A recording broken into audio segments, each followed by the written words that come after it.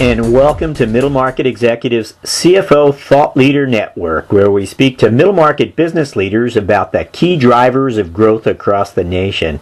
Today we speak to CFO Ben Mulling of TENTE Casters Incorporated of Hebron, Kentucky, a manufacturer of wheels and casters for the medical, institutional, and industrial sectors. We begin by asking Ben to comment on why finance's influence over IT decision-making continues to grow today, and why he should be counted among IT-savvy CFOs. I think they've been taking a lot of priority because it's a little bit easier to show return on investment. Historically, it's hard sometimes to show a return on investment on, a $500,000 or $1 million IT project. Now, today, it's not as hard, and where it gets a little murky is when you get into the intangible benefits of it and placing a value on intangible benefits. What is the value for higher employee engagement? What's the value of having your data more secure? What's the value of easier access to data? That's where it can kind of get a little bit difficult, but make no mistake, there is value to all of those. The previous job that I had before, working for an ERP consulting firm, it actually was very advantageous for me from my career standpoint because I always liked IT. I always seemed to somehow get involved in IT projects, and I learned at an early part of my career that's for a finance person to really be successful, they have to be able to speak that lingo. They have to be able to get to the data and be able to interpret the data.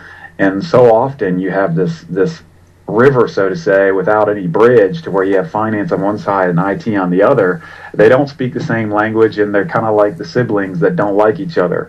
But unfortunately, they both need each other to succeed.